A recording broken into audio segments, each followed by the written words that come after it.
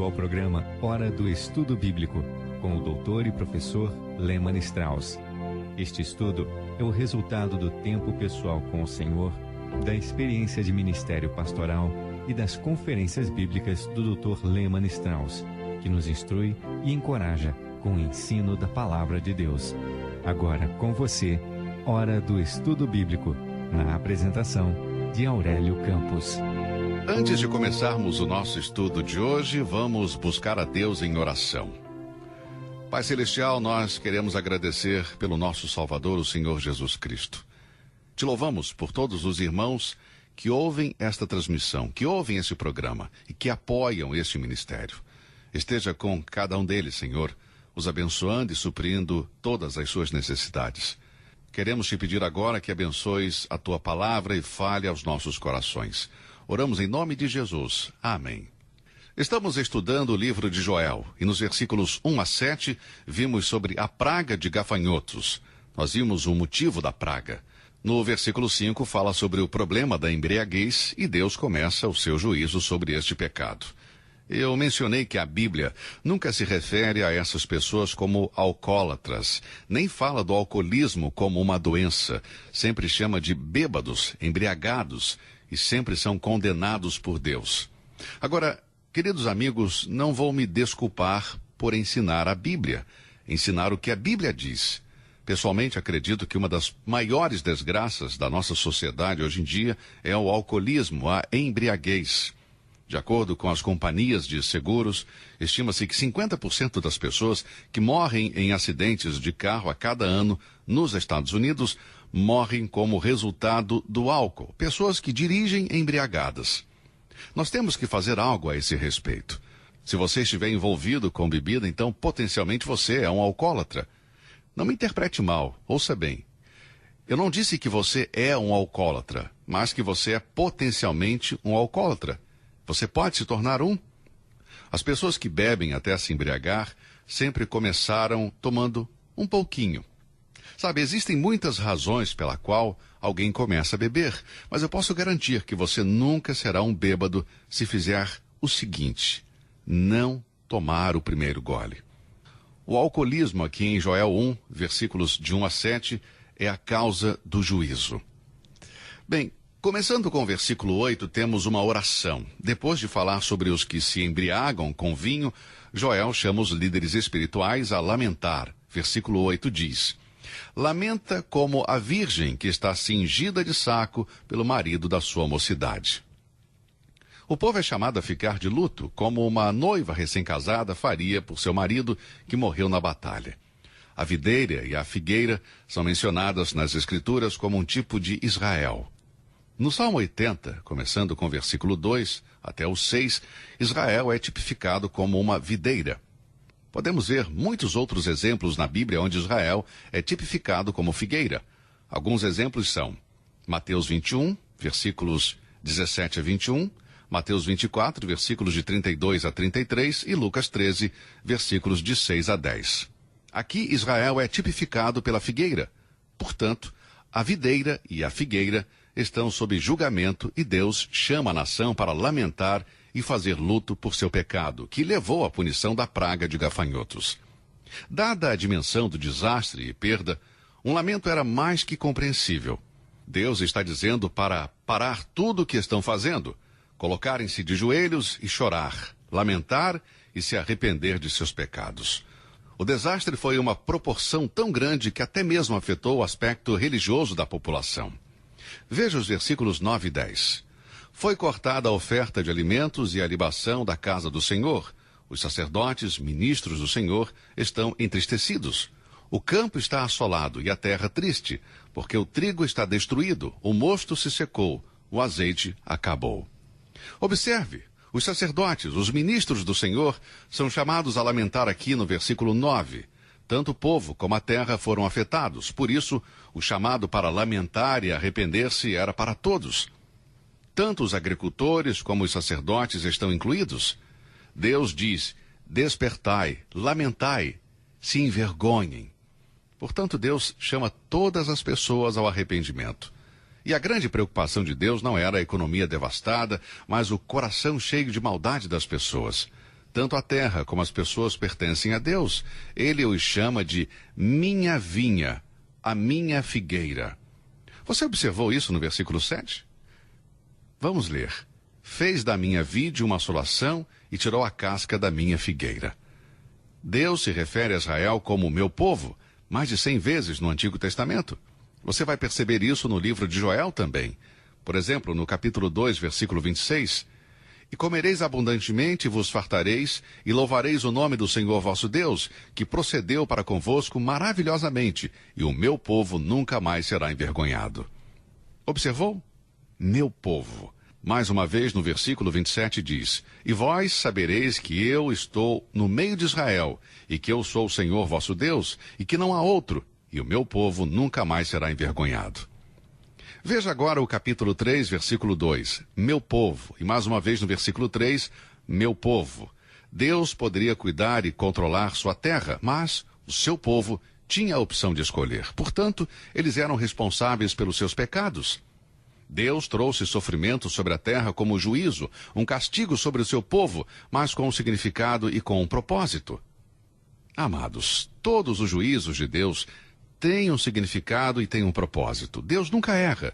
Deus nunca executa um juízo injusto ou por engano.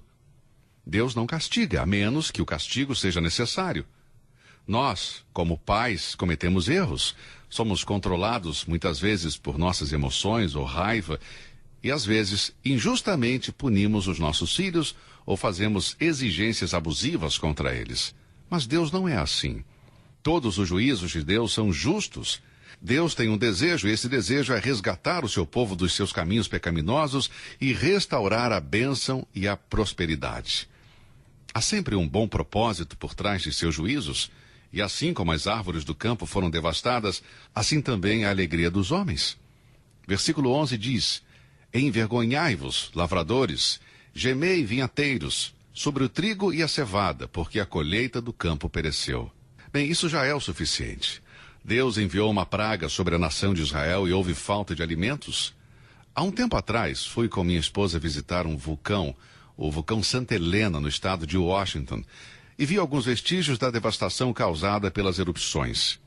Irmãos, Deus pode nos deixar em situação de pobreza absoluta com um toque de suas mãos. Como podemos ver, Deus pode julgar a terra e deixar-nos sem nada. Deus pode enviar uma seca e queimar tudo, deixando-nos com uma grave escassez de alimentos. A situação é bem difícil no versículo 11, mas veja agora o versículo 12. A vide se secou, a figueira se murchou, a romeira também, e a palmeira e a macieira. Todas as árvores do campo se secaram, e já não há alegria entre os filhos dos homens. A devastação foi enorme como resultado da praga que Deus enviou, pois houve até falta de comida. Mas ai do povo quando a alegria de Deus deixa os seus corações, quando o pecado entra na vida do crente, a alegria do Senhor se vai. Na conhecida oração de Davi, no Salmo 51, ele diz, torna a dar-me a alegria da tua salvação. Quando Davi pecou, ele não perdeu a sua salvação, mas com certeza ele perdeu a alegria. Você já observou isso, querido ouvinte? Os cristãos que são despojados de sua alegria se lamentam. Portanto, agora Deus está chamando o seu povo para se lamentar, para chorar, para se envergonharem por causa dos seus pecados. E ele lhes diz, se vocês se arrependerem, restaurarei a vossa alegria. A alegria está relacionada, então, com o louvor. Alguma vez você já pensou nisso? Por exemplo, nos Salmos 63, versículo 5 diz, a minha boca te louvará com alegres lábios. Salmos 66, 1, celebrai com júbilo a Deus todas as terras. Salmos 81, 1, exultai a Deus, nossa fortaleza, jubilai ao Deus de Jacó. Em Salmos 95, 1, vinde, cantemos ao Senhor, jubilemos a rocha da nossa salvação. Você percebe? Quando os nossos corações estão bem com Deus, a alegria acompanha o nosso louvor a Ele. Durante todos esses anos, tenho pregado em várias cidades, em diferentes igrejas, e lhes digo, queridos irmãos, eu vejo os rostos de milhares e milhares de pessoas, semanas após semanas, louvando, cantando, ouvindo sermões, dando suas ofertas, mas a alegria do Senhor não está em algumas pessoas. Quando há verdadeira adoração, há sempre verdadeira alegria. Não felicidade, mas sim gozo, alegria, a verdadeira alegria do Senhor. Agora observe o versículo 13. Deus diz, Cingi-vos e lamentai-vos, sacerdotes. Gemei, ministros do altar. Entrai e passai a noite vestidos de saco, ministros do meu Deus, porque a oferta de alimentos e a libação foram cortadas da casa de vosso Deus. O Espírito Santo está falando através de Joel e dá instruções específicas em relação ao que as pessoas deveriam fazer para que a bênção de Deus voltasse. Os sacerdotes eram incapazes de realizar suas tarefas. E por quê? Porque não haviam provisões para os sacrifícios e oblações. Não havia grão. Os gafanhotos tinham comido tudo e não havia maneira de produzir alimentos e bebidas para as ofertas do Senhor. Joel disse que eles estavam sendo privados de estar na casa de Deus por falta de grãos e frutos. Não havia o suficiente para prover uma oferta a Deus. Bem, o que Deus vê quando olha para a sua nação nos dias de hoje? Ele vê corações alegres? Ele vê o comportamento digno de um filho de Deus? Os sacerdotes tiveram que se vestir com sacos. Eles deviam lamentar porque havia pecado na terra. E por que os sacerdotes? Porque eles eram os líderes espirituais. E líderes espirituais devem tomar a iniciativa e assim dar exemplo para os outros de arrependimento genuíno. Os vestidos de sacos eram peças feitas com pelo de cabra ou de camelo e sempre eram usadas para expressar tristeza ou penitência como resultado de uma má conduta. As instruções foram claramente compreendidas pelos sacerdotes. Eles sabiam o que isso significava. O alto juízo deve começar na casa de Deus e nos corações dos crentes espirituais? Que não haja dúvida sobre isso, amigo. 1 Pedro 4,17 diz que o juízo deve começar pela casa de Deus. Aqueles que estão na liderança devem tirar seus vestidos de sacerdotes e vestirem-se com sacos. Eles devem começar com uma reunião de oração e de arrependimento. Nós temos pregadores hoje em dia que pregam grandes verdades, mas não vivem. Homens que pregam muito bem, mas não vivem muito bem. Pregam bons sermões de moralidade, mas são culpados de imoralidade. Há também homens que pregam sobre honestidade, mas são desonestos. Isso não é correto e por isso Joel chamou os líderes espirituais da nação. Bem, Deus vai pedir algo para o povo que nunca tinha pedido antes. Encontramos no versículo 14. Santificai em jejum, convocai uma assembleia solene, congregai os anciãos e todos os moradores desta terra, na casa do Senhor vosso Deus, e clamai ao Senhor. Em outras palavras, essas pessoas, estes sacerdotes, deveriam fazer uma reunião, o que Deus chama de uma assembleia solene. Do que se trata? Bem, se trata de dias festivos, quando as pessoas se reuniam e celebravam os dias de festas do Senhor. Mas neste caso, era um dia de jejum. Você pode ver sobre as 7 festas em Levítico 23, mas aqui Joel é instruído a reunir o povo para um momento especial de jejum e oração, não para celebrar. A convocação não era com o propósito de divertir ou de alegrar, porque a alegria já não estava mais presente. Vimos isso no versículo 12. Não havia mais alegria. Não pode haver verdadeira alegria no coração de um crente que está vivendo em pecado. Se você é um filho de Deus e está vivendo em desobediência ao que a palavra de Deus diz, então você vai entender que eu estou dizendo a verdade. Não pode haver alegria no coração de alguém que está em pecado. Está vivendo em pecado. Há uma falta de paz. E por quê? Porque está em desobediência a Deus. Bem, aqui no versículo 14 se trata de uma assembleia solene, um momento especial para ir à igreja com o único propósito de acertar as contas com Deus. É interessante observar que diz, todos os habitantes da terra, homens, mulheres, idosos, jovens, salvos e incrédulos. Ele está lembrando às pessoas que a praga de gafanhotos era um fato divino por causa de seus pecados e, portanto, deveriam lamentar e se arrepender. Sabe o que eu achei interessante?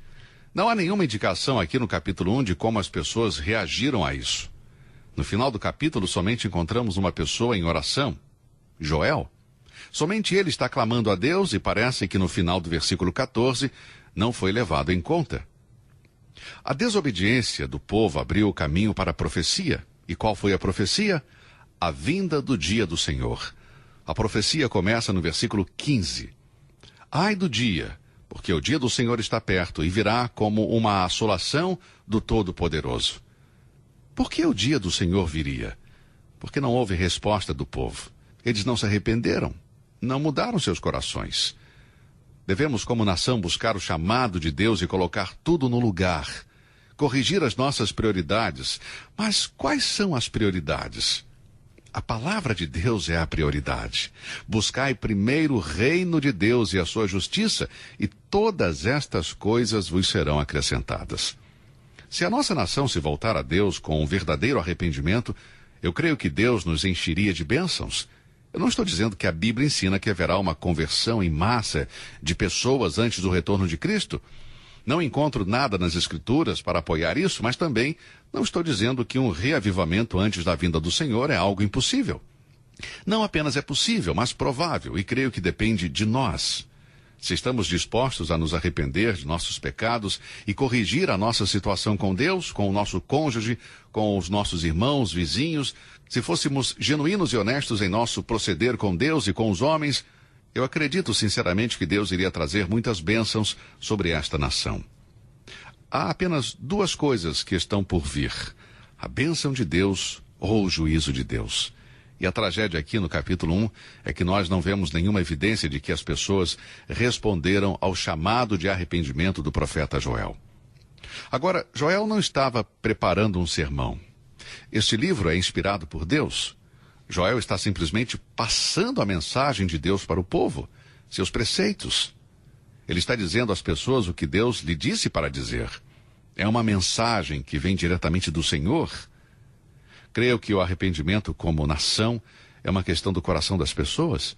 Eu não vejo como podemos ter um arrependimento de toda a nação se não começar no coração de cada um de nós.